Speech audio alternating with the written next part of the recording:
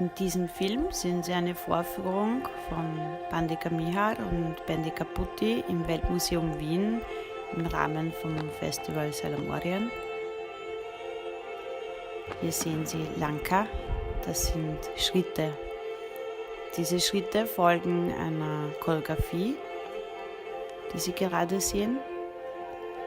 Sie dienen dazu, um den Körper zu transportieren und ein harmonisches Bild mit dem Partner zu erzeugen. Diese Schritte können auch in Formen verwendet werden, als Dreieck oder Quadrat oder in einer Linie. Lanka können in der Luft auch stattfinden oder eben um einen Gegner sehr schnell und effizient zu eliminieren. Diese Schrittabfolgen können aber auch dazu dienen, seinen Gegner zu irritieren. Man wechselt die Richtung und die Position auf eine spielerische und geschickte Art.